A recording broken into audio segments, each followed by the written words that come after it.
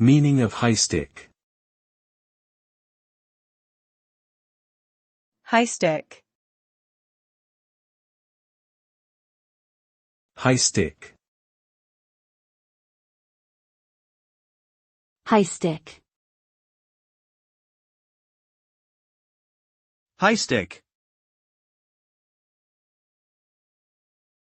High stick refers to a penalty in ice hockey when a player hits the puck with their stick above the shoulders, endangering other players on the rink.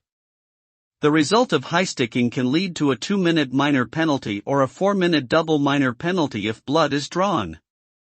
This can significantly impact the game, as the penalized team must play short-handed. Additionally, the player who commits the infraction can face disciplinary action or be fined by the league. In summary, high sticking can pose a serious threat to player safety and carry significant consequences for the offending player and their team.